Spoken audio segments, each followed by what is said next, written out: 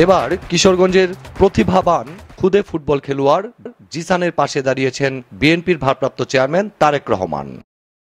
জিসানের পায়ের জাদুতে তাক লাগানো ফুটবল খেলা নিয়ে গত 14 জুলাই মাছরাঙ্গা টেলিভিশনে সংবাদ প্রকাশের পর সেই ভিডিও দেখে মুগ্ধ হন তিনি।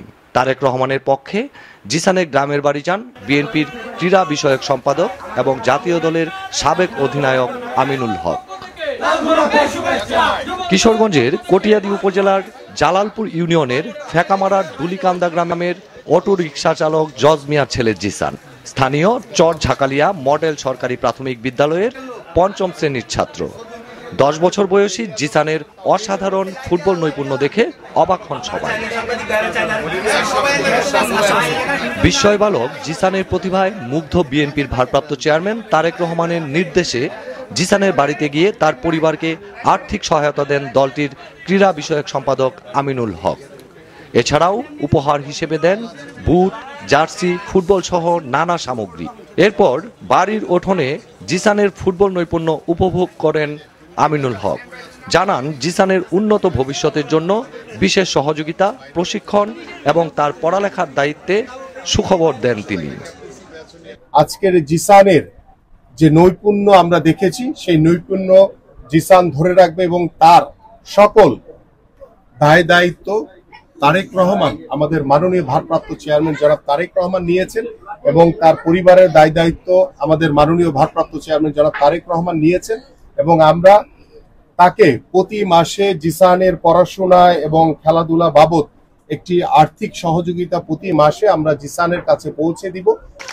এমন খবর শোনার পর জিসানের স্বপ্ন যেন ডানা মেলেছে, জানায় নিজের অনুভূতির কথা। মাছরাঙ্গা টেলিভিশনে আমার খেলার নিউজটা করার পরে তারেক রহমান ভাই দেখছি ভিডিওটা দেওয়ার পরে ঢাকার থেকে লোক পাঠাইছে।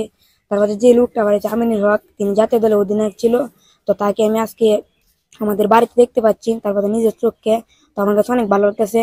আমার তো ভালো একটা ক্লাবের মধ্যে যদি ভর্তি করে দেয় বা ক্লাবের মধ্যে ভর্তি করে দেওয়ার পরে আমি চাই যে ভবিষ্যতে চাই আমি বাংলাদেশের জাতীয় দলে খেলতাম চাই, যাতে বাংলাদেশের মুখ যাতে আমি উজ্জ্বল করতে পারি। এমন খবরে খুশি জিসানের পরিবার ও এলাকাবাসী। মাছরাঙ্গা টিভির আমার ছেলে খেলা দেখানি পরে আজকে আমাদের বাড়িতে তারেক রহমান লোক পাঠাইছে, আমি খুব খুশি। আপনারা যখন মাছরাঙ্গা টেলিভিশনের জিসানের ভিডিওটি করার পর থেকে যখন ভাইরাল হয়ে যায় তখন তারেক রহমান সাহেবের নজরে আসে। তারেক রহমান সাহেব তাৎক্ষণিক ওই বাংলাদেশ দলের যে সাবেক ফুটবলার আমিনুল হক সাহেবকে তাৎক্ষণিক আজকে পাঠিয়ে দিয়েছে। তাই আমরা অত্যন্ত খুশি এবং আনন্দিত তারেক রহমান সাহেবের এই তাৎক্ষণিক যে ব্যবস্থাটা নেওয়াতে। আমরা সবাই এখন অপেক্ষায় আছি জিসানের যেন ভালো একটা কিছু হয়।